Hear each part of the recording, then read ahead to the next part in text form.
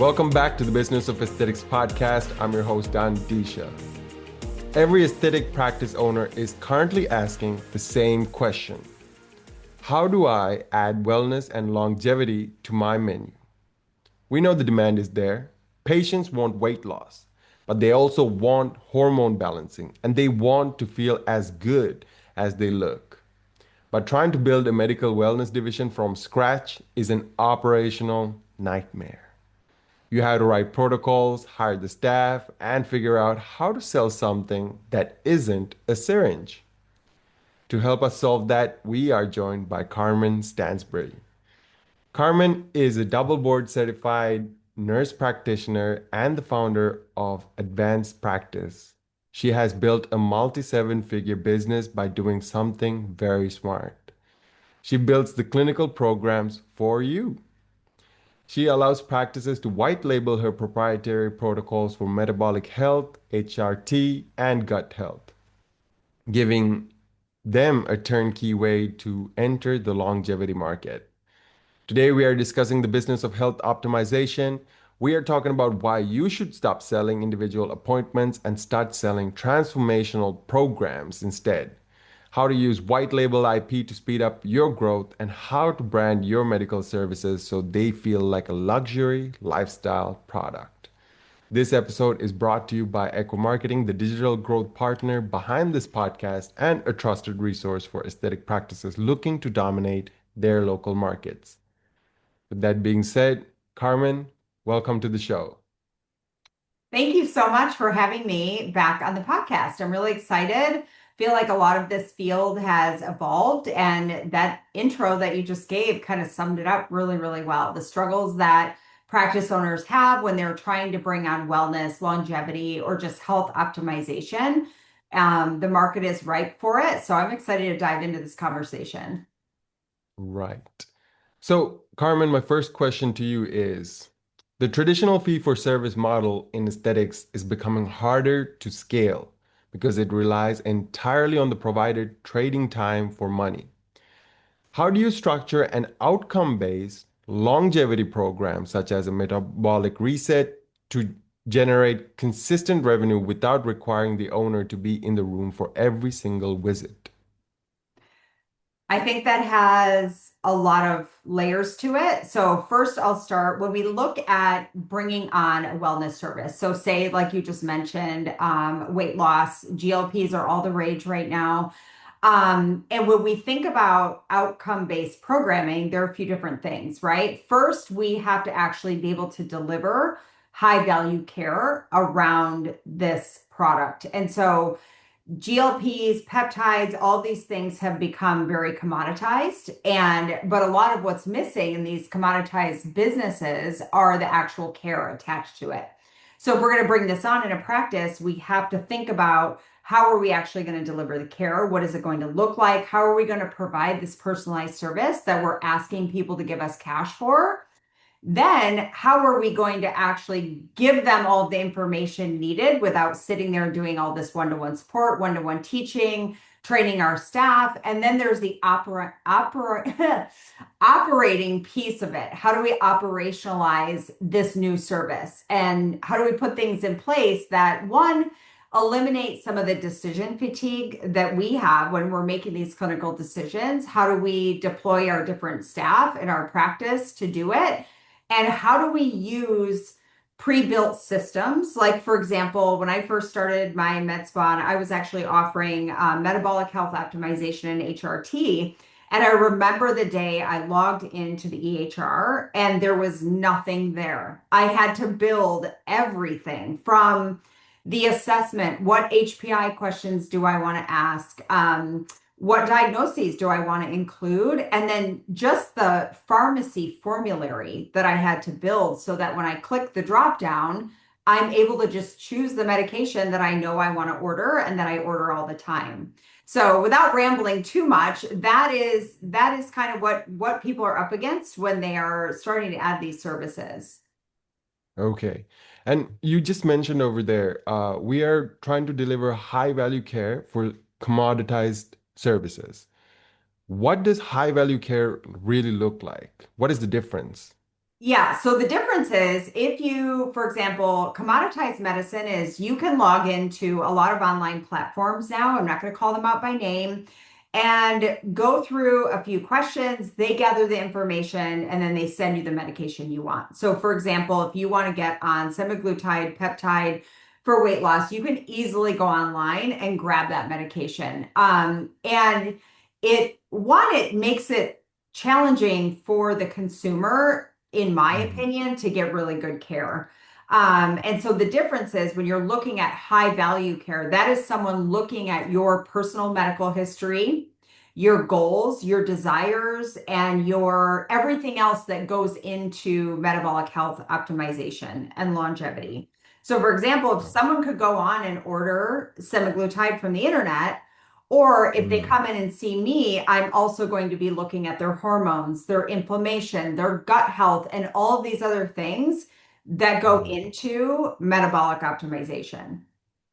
Okay. And how does that really improve the outcome? If you could put it simply, like, I mean, it improves the outcome exponentially. One, it's like having a health strategist. A lot of people start taking, for example, they take semaglutide, it doesn't work. Either they have so many side effects, they can't escalate the protocol, or they have, hormonal imbalances that are kind of keeping them stuck metabolically. And Mhm. so it goes from ordering a medication online to actually having someone looking at your full health picture more holistically and creating a plan. So what ends up happening is a lot of people will go online, they order the medication, they spend 6 months trying to make it work, it doesn't work, and they're back in the same exact spot. They've spent the money, and now they're looking for this next level of care where someone is actually going to give them a customized plan. Right on. So many owners really do want to launch a wellness division, but get stuck trying to create a curriculum from scratch. What is the business argument for white labeling existing clinical IP to bypass the R&D phase? And how much time does this actually save a practice in the go-to market phase? I will say when I built my first clinical program, it took me nearly 4 months. I partnered with a dietitian to create the metabolic reset, top to bottom. I think there's a difference between going on Etsy and buying a weight loss program and then going through a business like the Advanced Practice, where we have a full team of clinicians working on these programs. But so I would say the time saved. A lot of our clients, instead of launching a program in 4 months, can launch it in 2 to 3 weeks. We also have a partnership with EHRs like Healthy, where the programs are built into Healthy. So people will come in, digital health companies to smaller med spas to smaller online telemedicine practices. We want to launch a weight loss program. We'd love to white label yours. They come in, and what they can actually do is take the IP that's there, that is evidence-based in the program, and they can customize it to their own business. So that is the difference of using white label IP, is that we actually allow people to come on and add their own elements that they want to use to customize their program. Okay, when they are adding their own elements, how does that look like? Can you take us through an example, please? Yeah, so a couple examples. One is that it comes with an actual sequencing program that takes people on a journey of 12 weeks of optimizing their metabolic health, identifying metabolic syndrome, treating it. And so maybe they want to add a chapter on autoimmune disease. Maybe all of their patients that they're treating have underlying autoimmune disease, so they want to add some programming in there about autoimmune disease so they can customize it that way. Another example is because we have our fully built out SOAP notes that include not only an intake focused on the patient's desire, because everything that we create has the business and marketing and sales elements actually built in. So that's one example. We have, like in our SOAP notes, it asks specific questions about the patient's goals and what they're actually trying to achieve to increase conversion. So that part could Mhm. be customized all the way down to the treatment plan. We put all of the things that patients optimizing their metabolic health need to know and about the medications that they're on, so they can simply just click the boxes and have it blown into the note. or use the Mm. drop down formulary of we don't just put, semaglutide in there. It has all of the peptides plus all of the pharmaceuticals plus the supplement protocols. So all of that can be customized based on the clinician's preference and training. Okay. And just before there, you mentioned it's all, evidence-based, the complete program, right? So when you're doing an add-on, how do you ensure that, you know, it still holds up to your standards of evidence-based? Do you do new R&D on that or? So everything that we do, we include our research and we are all licensed clinicians with our hands on this information. We don't tell people how to practice. We are not responsible for what people are prescribing at the end of the day. However, we sell our products to licensed clinicians. So No, when you're agreeing to purchase our product, you are agreeing that you are a licensed clinician and that is the only reason and time that you would use this information in practice.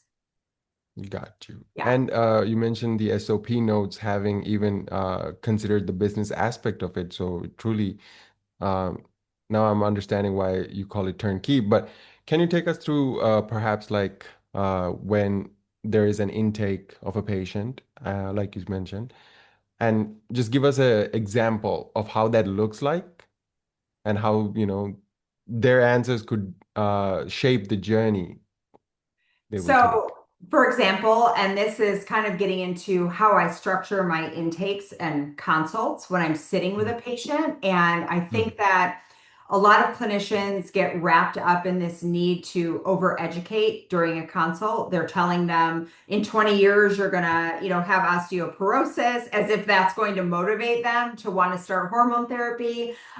So one example is in the beginning of all of our soap notes, we ask very specifically, what are you trying to achieve? If this were going to be a worthwhile outcome for you, how are you going to feel 6 months from now? What are your priorities? Mhm. Because people come in for cash-based medicine and optimization for so many different reasons. Anything from a woman who's recently divorced, who is, out there on the dating scene and she wants to improve her libido and maybe she wants to improve how she looks. She has other concerns without getting too personal. And then sometimes you have women that come in and they are dealing with brain fog. They're executives and they're dealing with brain fog. And if you're the one doing the consult and you are selling them into this programming, you need to know what was the desire and motivation that brought them in. And that is the part that is going to convert them into a program. It's not the symptoms alone. It is speaking to their desire. And so when we teach business structure and sales, your operational structure should hold everything you're doing in your practice. So you're not having to think about it. And that is Mhm. where I teach clinicians if someone's standing in front of them and they want to sell them, a $4,000 hormone program, that there's an actual way to do that. And there's a process to it. And a lot of it is understanding people and psychology and what brings them in. But our programs actually hold that mental weight to eliminate a lot of the decision making. Got it. Mhm. So do you also do sort of like training programs with it as well? Like how does that look like really? Yep. So our kind of flagship course is the Profitable Modern Practice, and it Mhm. focuses a lot on the intake process, the sales process, putting together packages and programs, because we actually teach you how to build a program. You don't have to use our white label programs. If you would like to build one from scratch, we show you what elements you need to build out a full program. And then we teach, yeah, how to package care. Do you want to do a membership? Do you want to do packages? We tell you what we recommend and we teach how to price it. So that is kind of our flagship course, the Profitable Modern Practice. Then we have our 8 clinical programs, but then we also have our business academy. We have a program called the Business Academy. It only opens 2 to 3 times a year, and that includes our live coaching and all of our programming and community. Got it. Yeah. So Carmen, we often see a disconnect where a clinic offers elite medical care, but their branding looks too clinical and too sterile. With your background at Livy Creative, How do you operationalize aspirational branding to make a medical service like gut health appealing to high-end consumers who are used to buying luxury style lifestyle products? I think that the next level of thinking where people need to approach their branding and approach their business is to think of it like a wellness business. I look at the full wellness landscape and try and stay 6 to 12 months ahead. And a lot of this came from the fact that clinicians were opening practices, marketing in this traditional way, selling fee for service, charging, pennies, and we're Mhm. watching health coaches come on the scene and sell these huge coaching programs for three to four Mhm. thousand dollars. And it's like, wait a minute, we're the ones prescribing. And so watching what is happening with wellness clients are not coming in for a need per se. It's that difference between I have a medical problem, I'm coming in, I need it solved, give me the treatment, and then they disappear, right? And so that is a very problem focused visit in conventional medicine. And wellness is focused on a lot around identity, aspiration, longevity. It is very identity focused. And the reason wellness is having such a moment is not because people are sick, right? It's because they're aspiring to a certain lifestyle. And so when we think about branding for your practice, or we think about how do you market, your messaging needs to match what is actually causing people to come through the door. And it is through that lifestyle aspiration and identity. Speak a little bit more on this identity versus problem Well, of. yeah. Identity is very it is aspirational marketing. It is how Mhm. people spend money, not just Mhm. on things. Why does someone need a Gucci purse? Is it because it's good leather? Or does that purse say something that they want people to know about them? It's sending a signal of, I must be these things because I have this Gucci purse. It's not conventional medicine is very, it's standard for, it's a need, where the wellness Mhm. industry focuses more on aspiration. It's not a need, it's optimization, it's fitness, it is vitality, it is feeling as good on the inside as you look on the outside. It's very aesthetic. Mhm. If you could bring that back to the clinic and let's say for a program like gut health, how would you brand it? Ooh, that's a challenging question. And if you look, we have the Social Script membership. It's actually a content marketing membership. And how we brand that is we use visual appeal. So we use beautiful visuals, photography, modern fonts. It doesn't mean we don't want people to look at our marketing and think this is sterile. We don't want to Mhm. use photos of gut things. We want to use Mhm. photos of people that look like they have vitality because they have good gut health, and gut health is tied to everything else. And so I see a lot of this even with functional medicine in like the early 2010s, very similar, bringing a wellness aspect to being sick. And so I want to talk again and just point out that we're talking about two totally different clients, right? You have your people that are sick, that have gut Mhm. issues, that need to see a GI specialist. And then you have people that are focused on the gut because they want optimization. Maybe, and this is one example of how we use this in aesthetics, when we're treating acne, to have Mhm. clear skin, you actually have to have optimal gut health. A lot of acne is caused from, different issues with the gut. So that's one Mhm. example that the way that we're positioning this in our marketing is just working on gut wellness rather than like GI issues. Got it. Got it. Thank you very much for that Yeah. distinguished. So before we continue, a quick message from our sponsor, Echo Marketing. Echo Marketing are offering our listeners a complimentary 60-minute digital strategy session. This is a one-on-one consultation with a senior strategist to help you map your 12-month high-value patient acquisition roadmap. You will get a personal diagnosis of your online presence and patient funnel, uncover and untap growth levers across SEO and social, and walk away with a clear, actionable plan tailored just for your practice. You can check the availability and reserve your spot in under 2 minutes at businessofesthetics.org/MSM. All right. So, Carmen, the longevity market is exploding, but it's also becoming commoditized with cheap telehealth competitors. How does a brick and mortar practice use its physical footprint to create a high touch longevity experience that an online only prescription mill cannot compete with? I think this actually is a two-part answer. The first one is that I think people are looking for more in-person connection. I think that a lot of people seeking this type of longevity medicine are wise to when you're logging in, you're not actually seeing a doctor, you're interacting with an AI bot, for one. And so I think there is just draw to offering this in-person service because you are a human in the time where AI is also surging. Yeah, and even the internet, it's hard to know if you're looking at a real person. So I think there's that value. If you're going to show up in person, you're going to get more clients that way.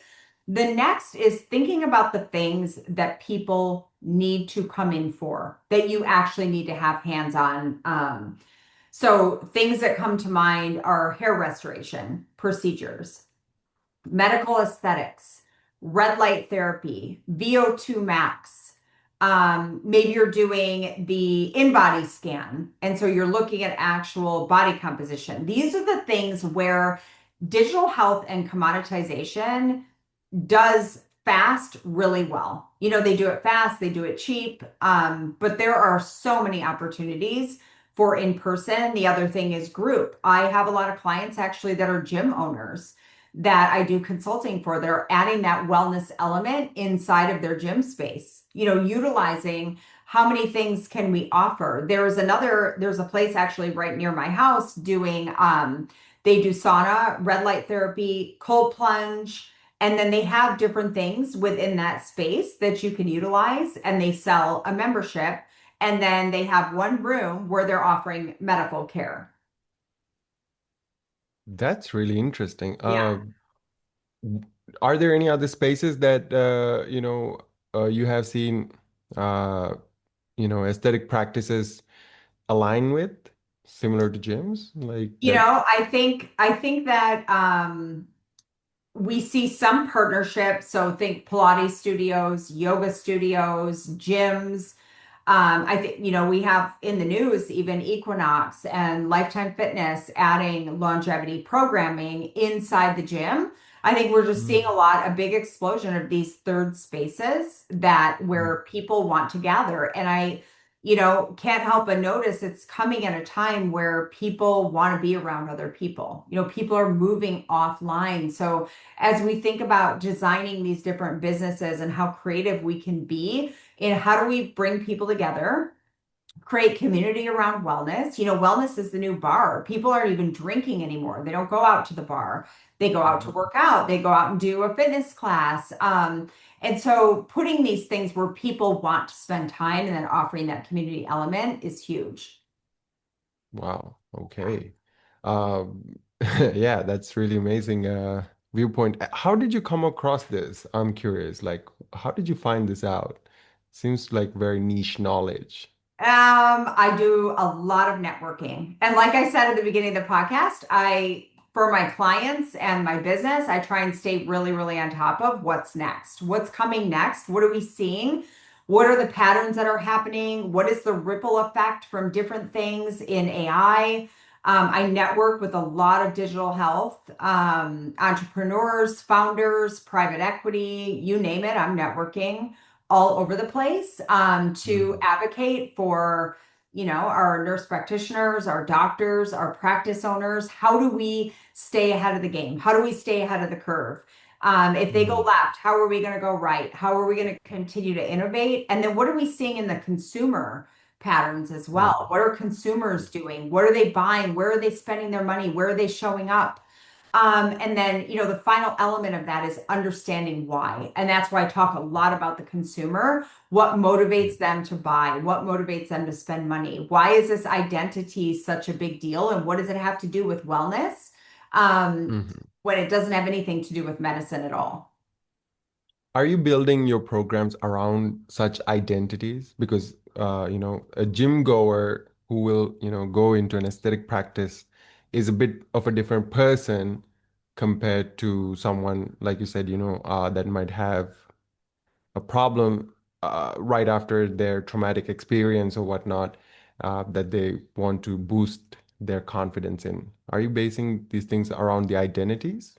Yeah, so typically, and what we'll do is teach that kind of in our business programming for people that want to get even more niche. And when we teach Mhm. clinicians, it's more when we're teaching how to sell and how to position these products. But for example, we have a men's health optimization program. It looks like a GQ magazine. I have in my history have a lot of experience taking care of men.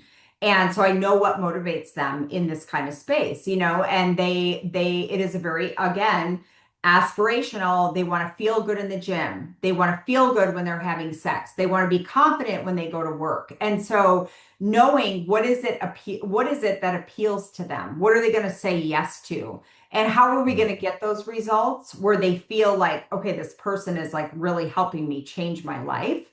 So we don't necessarily design the programs over certain identities, but more Mhm. so because we have to tie them to clinical outcomes. And so more so who is this program for? It's for any man Mhm. between the ages of 35 and 60, or even beyond that wants all of those things I just described. So how do we actually get them there? When they show up in front of me and they're exhausted, they're, moody and depressed. They don't have the confidence they did 15 years ago. They're not having the sex that they had 15 years ago. They're not recovering in the gym like they were. And so, how do I, as a clinician, make that happen and reverse that as fast as possible? And that is the outcome-based program. I can say to Right. them, if you stick with me and we follow this plan, in 6 months from now, you're going to feel like a different man. And that is the key. Okay, got you there. So clinical outcomes are the primaries, whereas the Yes. identities are supporting factor. Yes. And then you're So, kind of telling them, yeah, who they can become. And that is a lot of the selling point for sure.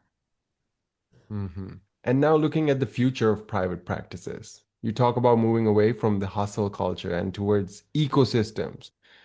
What does a mature, diversified health ecosystem look like in 2026? And how does an owner transition from having a busy clinic to having a profitable platform?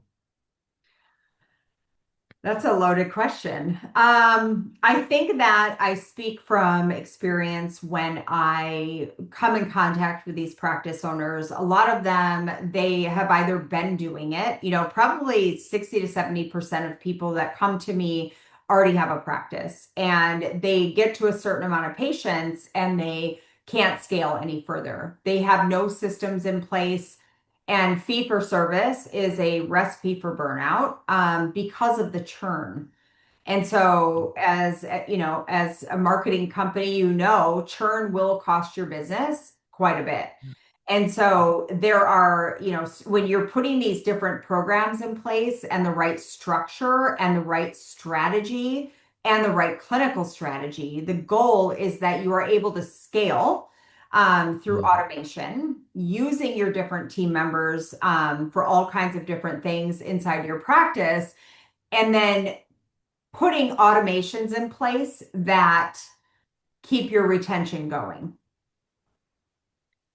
All these automations, can you perhaps, I mean, there must be a lot, but can you perhaps tell us a little bit, on the general sides of the automation that you Yeah. imply into a practice, just One to kind of. automation, for example, is if you have a clinical program, you have all of this education your patients need to know around their treatments, their expected side effects, how to optimize their results. How to, for example, you're putting a patient on semaglutide, you need to be educating them on how to prevent muscle loss and sarcopenia, putting them at higher risk. But if you sat down and tried to teach them all of that in a session or one-to-one, you're done. You're making $0 per hour. And so that's one example. We use EHRs that have automations built in, or we show them how to use their CRM to deliver the actual program. Where does the coaching live? Where does the education live? Where does the feedback? How do you touch points with your clients throughout their journey so they feel really well cared for, but is not creating operational overhead in your business? Got you. So, Carmen, just to wrap things out, I was wondering if you could give our listeners the golden nugget of this conversation. What is the one takeaway that, they can have if they could only have one from this whole conversation? Okay. I think the biggest takeaway is if you are building a practice, medical aesthetics, wellness, adding longevity, women's health, just know the opportunity is there. The opportunities are truly endless to build a practice that you really want, and that's going to bring you the revenue that you deserve, and pay you for your value. But the people that are going to sustain are the ones that have a very clear position in the marketplace. They know exactly who they are, who they serve, who they don't, and they're going to get really, really good results. They're going to want, and they're going to retain because those results are so good. And that is the key to a profitable modern practice. Right. Thank you very much for that, Carmen. And with that, that's a wrap. That was a blueprint for the future with Carmen Stansbury. My biggest takeaway was the power of white labeling. We often let our ego get in the way, thinking we have to invent everything ourselves. But as Carmen showed, licensing a proven clinical protocol all allows you to launch a new revenue stream in weeks instead of months. Speed is a competitive advantage. I also liked her perspective on aspirational branding. If you're selling a high ticket longevity, you aren't just competing with other doctors. You are competing with luxury gyms, spas, and lifestyle brands. Your patient experience needs to match that level of polish. That being said, I would like to remind our listeners that Echo Marketing's complimentary one-on-one digital strategy session is available for you to take a hold of and ensure that 2026 will be your best year yet. You can check the link at businessofesthetics.org/MSM or just by checking the show notes of this episode. That being said, I'm Don Adeesha, and this has been the Business of Aesthetics podcast. Thanks for listening and keep on building.